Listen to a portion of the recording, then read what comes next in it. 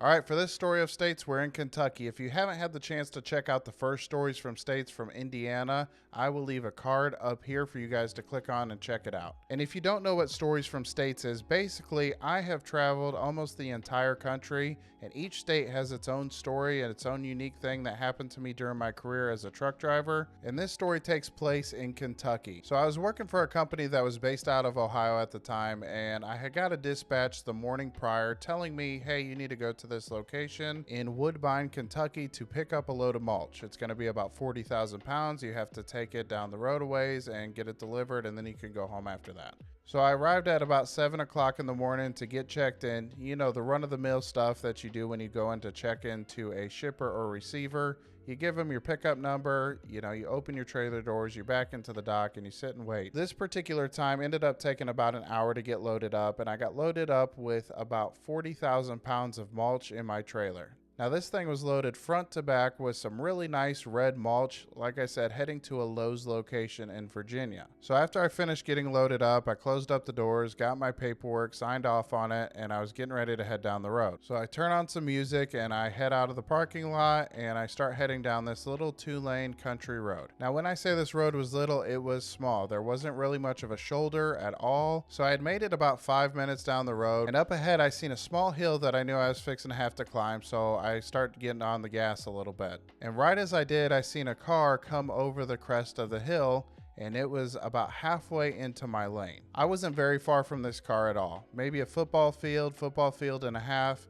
But when two cars are coming at each other at about 40 miles an hour, that happens very, very quickly. So this car was halfway in my lane. We're heading at each other at about 40 miles an hour.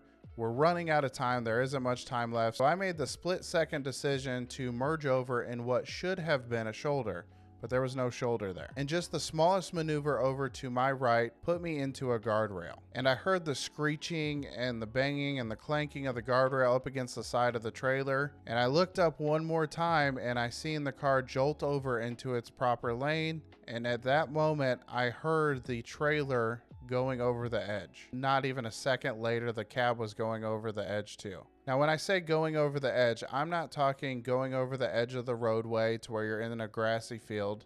No, this is in some hills in Kentucky, and I went over a relatively steep embankment. So steep, in fact, that when I took a picture of the truck from the roadway, all you could see was the driver's side tires. So nevertheless, I had gone over the edge of an embankment. Dizzy and lightheaded, I hear a guy, hey, are you all right? Are you okay? You need to get out of there. So I'm still confused and disoriented and not really knowing what's going on, and everything is kind of in the wrong spot. Nothing looks the way it's supposed to look. Well, what had happened is when the truck went over, I had my seatbelt on, and the seatbelt had caught me from going over to the passenger side of the truck. So I was dangling there from my seatbelt. And as I'm dangling there, I look out of the window and I see a guy walk up to me sideways and say, hey, you got to get out of there, man. You got to get out of there. I see some fuel leaking. You got to get out of there. So I start to come to my senses and realize what had happened. And I realize, I start to orientate myself, and I understand now that the truck is flipped. I'm on my side, and I'm dangling here from a seatbelt. So I had to reach down and press the button of the seatbelt, which released the seatbelt, but it dropped me all the way onto the passenger side of the truck, amongst all my belongings, which caused even more confusion because it was just weird to be laying on the passenger's door, basically. That's not supposed to be the ground. The ground is supposed to be the floor of the truck. So I was still even then disorientated to try to figure out what was going on. And as I'm standing on the passenger side of the door, I'm looking around trying to find some of my belongings to take with me outside of the truck. I'm looking for my phone, my wallet, my keys, you know, the typical 3 things you leave your house with every morning. So I find those things and I take one step. The first step is on the side of the passenger seat. The second step, it's in a cubby hole where my CB was at. The third step was on the steering wheel of the truck. And finally, I pulled myself up through the driver's side window of the truck, which luckily I had rolled down because it was a nice morning. So I climb out across the hood of the truck, up to the bull guard that was on the truck, and then I walked up the twisted guardrail that had come down with the truck that went over the embankment. Finally to the roadway, I realized what had happened and I'm freaking out. Oh my gosh, I just wrecked a truck. This thing is over the edge. What do I need to do now? And the gentleman that was hollering out, are you okay? You need to get out of there. He was up at the top and he talked me through it.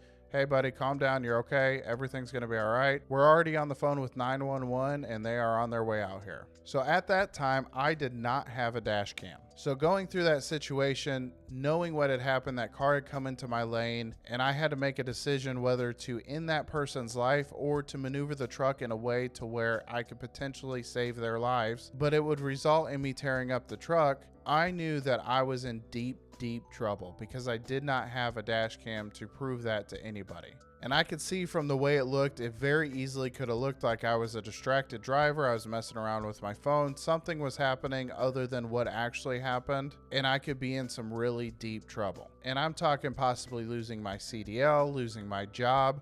All this stuff was running through my mind. So I turned to the guy that had been there, making sure I was all right. I said, did you see what happened? And he said, yeah, I was sitting on my front porch and I watched this whole thing go down. Mind you, we're on a backcountry road. There's houses along the roadway. But nevertheless, the guy was sitting on his front porch having his morning cigarette and watched this whole thing transpire. So I had asked him, I said, so you seen everything? You seen the car that came into my lane? You seen it all? He goes, yeah, definitely. That was crazy. When the police get here, can you do me a huge favor and make a report of that? This way it's not just my word, it's your word that you've seen it as well. He said, absolutely, I got you, no problem. So knowing that that gentleman had seen the whole thing transpire, I had a little bit of peace of mind about the situation that maybe, just maybe, I could save my job. So then my mind turns into, okay, I need to inform everybody of what's going on. I look down at my phone and it's showing that I'm at 15%.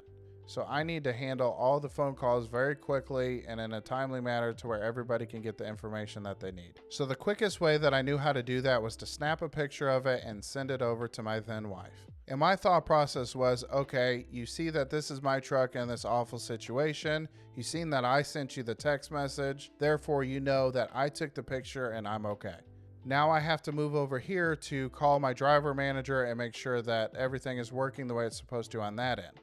So I call my driver manager, and in driver manager fashion, they don't answer the phone on the first call. So I also sent her the same picture that I had sent my then wife to let her know that I was okay. But the message to my driver manager was, hey, this crazy thing just happened. I need to get some attention like immediately. And sure enough, about 30 seconds later, I get a call back. What happened? What's going on? Are you okay? So I went ahead and explained the entire situation to her and let her know everything was okay. And she got off the phone to manage everything on the back end, getting a recovery truck out there. She was calling the customers, letting them know what happened to the load, as well as getting in contact with insurance and all that stuff as well. So while I was on the phone with my driver manager trying to get that situation sorted out, my phone is blowing up from my then wife calling me and making sure I was all right. Unfortunately, I was in the middle of handling all of that stuff and I couldn't get back to her right away. So as soon as I got off the phone with the driver manager, I called her back to let her know, hey, I'm okay. This is what happened, but I'm all right. I'm safe. So I knew right away that this truck wasn't driving out of here. It was going to have to be towed. So I had asked my wife, who was then about 2 hours away, to come and pick me up. And she said, yeah, no problem. We'll be out the door in about 30, 45 minutes. I said, that's fine. Not a problem. Be safe. Just get here when you get here. I'm all right. So in a small town in Kentucky, this is pretty big news. So the police showed up, ambulance showed up to make sure I was all right, but also a local news agency showed up to cover the story. The police officers are asking what happened, what I'm loaded with, how much fuel was in the tank, all the questions that they asked to make sure that the load is safe, that nothing's going to catch fire, nothing's going to explode. The ambulance is asking if I'm okay, and they asked about a huge bump that was on my eye that I didn't even realize had happened. After the fact, I understood that when the truck flipped and I swung from the seatbelt, my face came in contact with the Qualcomm. Now, Qualcomm is a computer-operated system in the truck that controls your dispatch messaging with your dispatchers, your load information, as well as your ELD. So during the accident, my face smacked that ELD. So the EMTs were noticing that bump on my face and asking if I wanted to go to the hospital to have it checked out. And I didn't feel dizzy or anything. I knew it hurt, but I didn't feel like I was in any sort of danger. I doubted anything really happened that was that serious. So I declined the medical attention for that reason. And then we get to the news agency. They were asking me what happened, and I explained everything to them just the same as I had done to about 5 other people at this point, so they could get their story and get on about their business, because crews were starting to show up. and there was a bunch of work that needed to be done. So the plan of attack was to empty out the entire trailer of the bags of mulch. Mind you, it weighed about 40,000 pounds of mulch. So a bunch of guys got into the trailer and started unloading all of these bags of mulch onto other pallets, which eventually would go onto another truck. And while they were doing that, the towing company began to disconnect the truck from the trailer, because even though it went over an embankment, it was still connected. So normally when you finish up a trip and you're done for the day, or you stop the truck for any reason, you set the brakes on the truck, which are the red and yellow knobs inside of the cab that set your air brakes. You pull it, you hear a big psh, and you know that you're done for the day. Well, the truck was at a stop, but I had completely forgotten to pull those brakes before I got out of the truck. So they were fighting with it to try to get different things disconnected the way they needed to be, and realized that the brakes were not set yet. Now it's on its side, so it's not going anywhere, so they had to climb inside and set the brakes. So some time passes and they begin to pull the truck out of the embankment. They were successfully able to do that, and shortly after, my then wife, my son, and my mother-in-law arrived on the scene, making sure everything was okay, and we were getting ready to take out of there. I called my driver manager one more time to make sure I was good to take out of there, and she said yes, as long as the truck is up, you take as many pictures as you can, you're clear to go out of there and head home and relax and just be thankful you're okay. I said, okay, that sounds like a good plan. So I took as much pictures as I could of the truck, the trailer, any damages that had occurred. This way I had record of that, and I went home. And over the course of the next week, I was still at home. I was really worried that I was going to lose my job, but luckily I was able to work it out with the owner of the company that I could come back to work. So I got back to work, got in the truck, got back in the saddle, and continued on with my career. But this story right here is one of the big reasons why I find it very important to do these crash reactions and give you guys a bit of a backstory of what could be happening inside of the truck. This is why if you see a rollover happen in one of these crash reactions, I instantly freak out for the driver, because I know how scary that can be from personal experience. And trucking might not be the most dangerous job out there, but it's definitely a dangerous job, and you realize after a situation like this that you never know when your number could be called. So fellow drivers out there, I understand what it's like to have the risk of driving a semi-truck, of having a family at home, as I've been there myself. And I appreciate every single one of you, no matter what capacity you are in driving. And all I ask out of you guys is that when you do get home to see your family, you make sure you give them a hug, make sure you give them a kiss, tell them how much you love them, and do the same before you take off and hit the road again, because you never know, that might be your last trip out on the road. All right, y'all, that was Kentucky. Like, subscribe, comment down below. When you subscribe, make sure you turn on that notification bell, and you'll be notified anytime I do another Stories from States. And if you want to see some of the crazy crash reactions that I've done and break down what happens from the perspective of a trucker, click this playlist right here. Please be safe on the road. You never know when something crazy like this is going to happen. The biggest priority is you getting home at the end of your journey. All right? Bye.